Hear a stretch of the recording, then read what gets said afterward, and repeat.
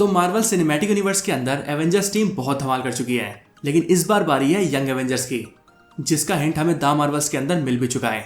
Young Avengers की team Marvel comics से ही बहुत फेमस है और जब इसकी एंट्री एमसीयू में होगी तब तो शायद से वो और भी ज्यादा धमाल करने वाली है। इसके साथ ही द मार्वल्स मूवी के एंड में जहां पर हमें यंग एवेंजर्स का हिंट मिला था, वहीं पर हमें इस टीम के 3 मेंबर्स को भी कंफर्म कर दिया गया है, जो कि है मिस मार्वल, केट बिशॉप और कैसी लैंग यानी कि एंटमैन की बेटी। तो इसीलिए आइए आज की इस वीडियो के अंदर मैं आपको टॉप 10 ऐसे यंग एवेंजर्स के मेंबर्स के बारे में बताता हूँ जो कि एमसीयू के अंदर है भी और बहुत ही जल्द टीम के अंदर दिखने भी वाले हैं। और सही बताऊं तो एमसीयू टाइम पर इनके बारे में हमें हिंट भी देता आया है। लेकिन हम इस वीडियो को स्टार्ट करें उससे पहले मैं आपको बता दूं कि 1 दिसंबर को इंडिया में एनिमल मूवी रिलीज हो रही है, जो कि इंडिया की काफी बड़ी मूवी है। तो ऐसे में अगर आप सभी ये चाहते हैं कि हम उस मूवी का एक्सप्लेनेशन आप सभी के लिए लेकर आएं और उस मूवी की कंप्लीट स्टोरी को आप सबके लिए एक्सप्लेन करें, तो आप इस बारे में मुझे कमेंट्स में बता सकते हैं। ज्यादा लोग कमेंट करेंगे तो हम वीडियो जरूर लाएंगे। साथ ही साथ आप मुझे ये भी बताएं कि क्या आप सभी मोनार्क लेगेसी ऑफ मॉन्स्टर्स जैसी सीरीज की स्टोरी को जानना चाहते हैं, वही वाली जिसमें गॉडजिला है अभी जो आई है। अगर जानना चाहते हैं तो उसके बारे में भी कमेंट्स में जरूर बताएं। ज्यादा लोग कमेंट करेंगे तो उस पर भी वीडियो जरूर आएगी। और हाँ, जो भी लोग नए हैं वो इस चैनल को सब्सक्राइब जरूर कर लेना। सब्सक्राइब करोगे तभी तो वीडियोस मिलेंगी तभी तो चलो छोड़ो, हम लोग ग्रो करेंगे और क्या। तो आइए अब बिना किसी देरी के हम इस कमाल की वीडियो को स्टार्ट करते हैं। Zombie apocalypse.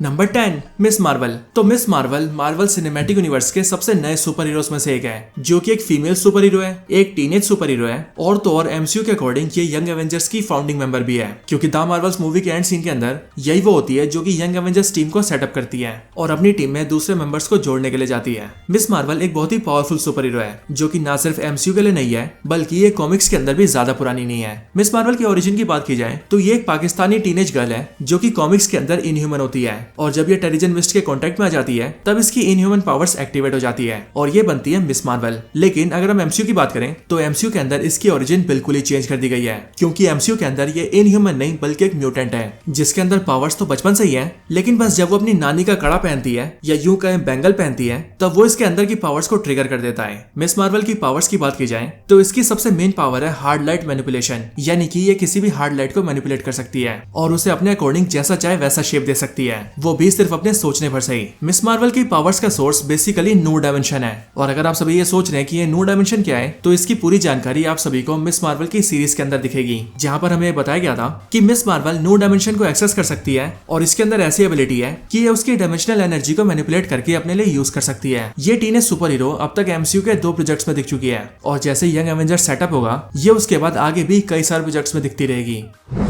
Number 9 love. प्यार वाला लव नहीं, थॉर की बेटी लव, एक्चुअली में गॉर की बेटी love. Thor love and thunder movie के अंदर गॉर की बेटी मर जाती है, लेकिन जब मूवी के एंड सीन के अंदर गॉर इटर्निटी से अपनी बेटी को रिवाइव करने के लिए कहता है, तब इटर्निटी उसकी बेटी को जिंदा कर देती है और उसके अंदर अपनी कई सारी पावर्स को भी डाल देती है। और क्योंकि लव के पास इटर्निटी की दी हुई पावर्स है, इसीलिए नेचुरली वो बहुत पावरफुल है। लव के पास कॉस्मिक लेवल की पावर्स है और सिर्फ यही नहीं बल्कि वो थॉर के हैमर म्योनिर को उठाने के लिए वर्दी भी है, जिसका हिंट हमें थॉर मूवी के एंड सीन में मिलता भी है। साथ ही साथ वो थॉर के स्टॉर्म ब्रेकर को भी यूज कर सकती है, वो भी उसकी पावर्स को एक्टिवेट करने के साथ। और ये अपने आप में ही बहुत बड़ी बात है, क्योंकि अगर आप सभी को थॉर के इन्फिनिटी वॉर में कहीं भी बात याद हो तो थॉर ने ये कहा था कि स्टॉर्म ब्रेकर एक ऐसा वेपन है जिसको उठाना ताकतवर से ताकतवर बंदे की भी बस की बात नहीं है, इसलिए इस वेपन को सिर्फ वही उठा सकता है और वही चला सकता है जो कि एक्सट्रीमली पावरफुल हो। और यही एक रीजन था जिसकी वजह से एवेंजर्स एंड गेम मूवी के अंदर हमने थॉर के स्टॉर्म ब्रेकर को थैनोस और कैप्टन अमेरिका जैसे पावरफुल कैरेक्टर्स के हाथ में देखा था। लेकिन अब क्योंकि गॉर की बेटी लव भी स्टॉर्म ब्रेकर को उठा सकती है और उसे चला भी सकती है, इसीलिए यहीं से ये बात इंडिकेट हो जाती है कि एमसीयू में लव का कैरेक्टर एक्सट्रीमली पावरफुल होगा। और रही बात इसके यंग एवेंजर्स में दिखने की, तो इसके चांसेस इसलिए ज्यादा हैं क्योंकि ये यंग एवेंजर्स टीम के अंदर थॉर जैसे कैरेक्टर की कमी को पूरा कर सकती है। Number 8 Prince T'Challa. तो प्रिंस टिचाला वकांडा के राजा किंग टिचाला का बेटा है, जो कि हमें सबसे पहले दिखा था black panther Wakanda forever movie के एंड सीन के अंदर, और वहीं पर ही हमें ये हिंट दिया गया था कि ये प्रिंस टिचाला आगे चलकर अपने फादर की लेगेसी को कंटिन्यू करेगा और as a teenager Black Panther बनकर हमारे सामने आएगा। अगर बात की जाए इसकी पावर्स की तो एज सेम एज लाइक इस फादर, इसके पास भी टिचाला की तरह ही सारी पावर्स होंगी, जैसे कि super human strength, durability, advance reflexes, night vision, sharp claws और regenerative healing factor and stamina. और क्योंकि ये वकांडा देश का प्रिंस है, इसीलिए इसके पास भी ब्लैक पैंथर का वाइब्रेनियम सूट होगा। और रही बात इसके यंग एवेंजर्स में दिखने की, तो जब मार्वल स्टूडियोज ब्लैक पैंथर जैसे आइकॉनिक कैरेक्टर को एज अ टीनेजर दिखा रहा है, तो फिर तो वो उसे यंग एवेंजर्स की टीम में जरूर शामिल करेगा। Number 7 stretcher. तो कैसी लैंग यानी कि एंट गर्ल या फिर यूं कहें स्ट्रेचर स्कॉट लैंग के एंटमैन की बेटी है, जो कि एज अ स्ट्रेचर सबसे पहले सामने आई थी एंटमैन 3 के अंदर। कॉमिक्स के अंदर कैसी लैंग स्ट्रेचर तब बनती है जब स्कॉट लैंग की डेथ हो जाती है, लेकिन एमसीयू के अकॉर्डिंग वो स्कॉट लैंग के जिंदा रहते ही स्ट्रेचर बन चुकी है और उसने अपने फादर के साथ मिलकर एक बहुत बड़ा मिशन भी किया है। स्ट्रेचर की पावर्स की बात की जाए तो उसके पास भी वही सारी पावर्स हैं जो कि उसके फादर स्कॉट लैंग के पास है, यानी कि उसके पास भी एक ऐसा एडवांस सूट है जो कि उसके साइज को बहुत छोटा या फिर बहुत बड़ा कर सकता है। और जहां तक रही इसके यंग एवेंजर्स में दिखने की बात, तो इसकी सीट तो यंग एवेंजर्स में पहले से पक्की है, और वो इसीलिए क्योंकि द मार्वल्स मूवी के अंदर जब मिस मार्वल केट बिशप को शामिल करने आती है तब वो उसी टाइम पर ही स्ट्रेचर का जिक्र करती है और उसे टीम में शामिल करने की बात कहती है। और इसीलिए इस बात का हिंट तो हमें पहले मिल चुका है कि स्ट्रेचर भी हमें यंग एवेंजर्स की टीम में बहुत ही जल्दी दिखने वाली है। Number 6 speed. तो स्पीड यानी कि टॉमी वांडा और विजन का बेटा है, जो कि पैदा हुआ था वांडा के मैजिक से। वांडा ने इसे क्रिएट किया था अपनी रियलिटी ऑल्टरिंग पावर्स को यूज करके, और क्योंकि इसका क्रिएशन मैजिक की वजह से हुआ है और ये एक पावरफुल विच का बेटा है, इसीलिए इसके पास भी बाय बर्थ बहुत सी पावर्स हैं। अगर स्पीड की पावर्स की बात की जाए तो स्पीड यानी टॉमी के पास अपने अंकल क्विक सिल्वर जैसी सारी पावर्स हैं, यानी कि टॉमी भी सुपर स्पीड की पावर्स को होल्ड करता है और स्पीड इतना ज्यादा तेज है कि वो 765 माइल्स पर आवर की स्पीड से भी तेज रन कर सकता है। और अपनी इसी सुपर स्पीड की पावर्स के चलते ही और टॉमी की इन्हीं पावर्स को देखते हुए मार्वल कॉमिक्स के अंदर इसका नाम स्पीड पड़ता है। स्पीड मार्वल कॉमिक्स के अंदर भी यंग एवेंजर्स का हिस्सा है और कॉमिक्स में इसने अपने टीम मेंबर्स के साथ मिलकर एक बार गैंग का भी सामना किया है, और इसीलिए एमसीयू की यंग एवेंजर्स टीम भी इसके बिना अधूरी है। Number 5 America Chavez. तो अमेरिका चैवेज मार्वल कॉमिक्स के अंदर यंग एवेंजर्स टीम की एक बहुत ही इंपॉर्टेंट और पावरफुल कैरेक्टर है। अमेरिका चैवेज बेसिकली एक एलियन है जो कि बिलोंग करती है किसी और डायमेंशन से, और अगर हम इसकी पावर्स की बात की जाए तो इसकी पावर्स ये हैं कि ये हवा में पंच मार के एक स्टार शेप का पोर्टल खोल सकती है और फिर वो उस पोर्टल के जरिए पूरे मल्टीवर्स में कहीं भी ट्रेवल कर सकती है, फिर चाहे उसे एक ही यूनिवर्स के अंदर ट्रेवल करना हो या फिर एक यूनिवर्स से दूसरे यूनिवर्स के अंदर। असल में ये सब पॉसिबल हो पाता है अमेरिका चैवेज की स्पेशल एबिलिटी की वजह से, क्योंकि इसकी स्पेशल एबिलिटी ये है कि ये इंटर डायमेंशनल एनर्जी को चैनल कर सकती है और उसके जरिए दूसरे यूनिवर्सेस में जाने का रास्ता बना सकती है, और अपनी इसी एबिलिटी के चलते वो अपने लिए स्टार शेप का पोर्टल खोलती है। और इसीलिए जिस तरह से एमसीयू की यंग एवेंजर्स टीम अमेरिका चैवेज के बिना अधूरी है, ठीक उसी तरह से एमसीयू के अंदर भी इसके बिना पूरी टीम अधूरी है। Number 4 Riri Williams. तो रीरी विलियम्स यानी कि आयरन हार्ट मार्वल कॉमिक्स की वो सुपर हीरो है जो कि कॉमिक्स के अंदर आयरन मैन की लेगेसी को कंटिन्यू करती है और ये आगे चलकर यंग एवेंजर्स टीम की मेंबर भी बनती है। और जैसा कॉमिक्स में हुआ था ठीक वैसे ही एमसीयू के अंदर भी इसे टोनी स्टार्क की लेगेसी को आगे बढ़ाने के लिए लाया गया है। अगर बात की जाए इसकी पावर्स की, तो ये भी टोनी स्टार्क की तरह सिर्फ एक ह्यूमन बीइंग है, लेकिन ये भी उसकी तरह बहुत स्मार्ट है, बहुत ज्यादा जीनियस है और अपने लिए खुद के आयरन मैन आर्मर्स बना सकती है, और यही सारी सिमिलरिटीज इसे टोनी स्टार्क जैसा बनाती है।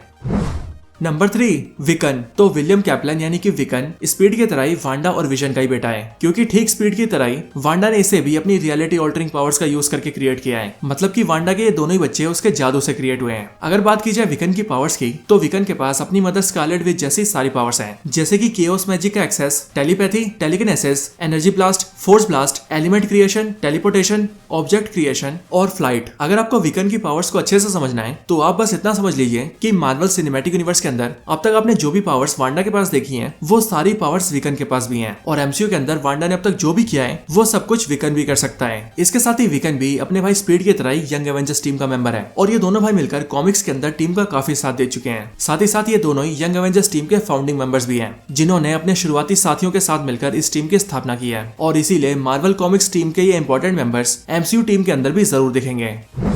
Number 2 Kate Bishop. तो केट बिशॉप मार्वल की लेडी हॉकाई है, जो कि एमसीयू में सबसे पहले सामने आई थी हॉकाई की लाइव एक्शन सीरीज के अंदर। केट बिशॉप वो सुपर हीरो है जिसे एक सुपर हीरो बनने का इंस्पिरेशन हॉकाई से मिलता है, और वो इसीलिए क्योंकि जब केट बिशॉप बहुत छोटी होती है तब उसी टाइम पर न्यूयॉर्क सिटी के ऊपर हमला हो जाता है, वही द एवेंजर्स वाला हमला, यानी कि लोकी और चित्तौरी आर्मी का हमला। लेकिन उस टाइम पर केट बिशॉप ये देखती है कि उस एवेंजर्स टीम के अंदर न सिर्फ एक गॉड है बल्कि एक सुपर सोल्जर भी है, एक एडवांस आर्मर पहने एक जीनियस भी है, और तो और एक पहाड़ जितना बड़ा हरा मॉन्स्टर भी है। लेकिन उन सबके बीच ही एक ऐसा ह्यूमन भी था जो कि बिना किसी सुपर पावर्स के ही सिर्फ अपने तीर कमान को लेकर उस पूरी चित्तौरी आर्मी का सामना कर रहा था। और इसीलिए जब केट बिशॉप वहां पर हॉकाई को देखती है, तभी क्लिंट बर्टन का हॉकाई केट बिशॉप के लिए एक इंस्पिरेशन बनता है, और इसीलिए केट बिशॉप भी ये फैसला करती है कि वो भी आगे चलकर एक हॉकाई बनेगी। अब अगर बात करें इसके टीम में दिखने की, तो कॉमिक्स के अंदर Kate Bishop young Avengers team की बहुत इंपॉर्टेंट मेंबर है, और जहां तक रही बात एमसीयू की, तो एमसीयू के अंदर तो इस बात को पहले से अनाउंस कर दिया गया है।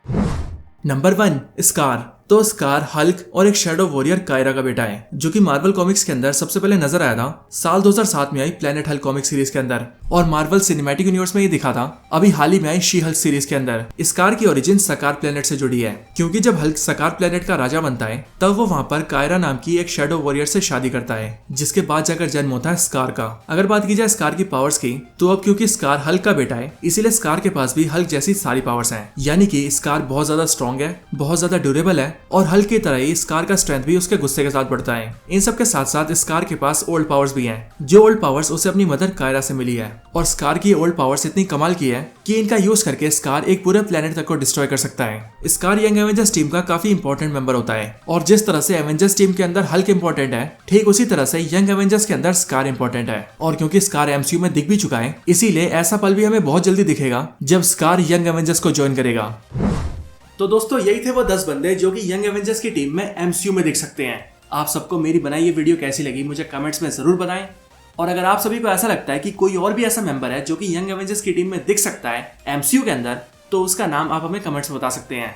बाकी इसके साथ ही, जैसा कि मैं वीडियो की स्टार्टिंग में भी बता चुका हूँ, कि अगर आप सभी एनिमल मूवी की स्टोरी को जानना चाहते हैं और उसके ऊपर वीडियो देखना चाहते हैं, तो आप इस बारे में मुझे कमेंट्स में जरूर बताएं। कमेंट ज्यादा लोग करेंगे तभी हम मूवी की स्टोरी को एक्सप्लेन करेंगे।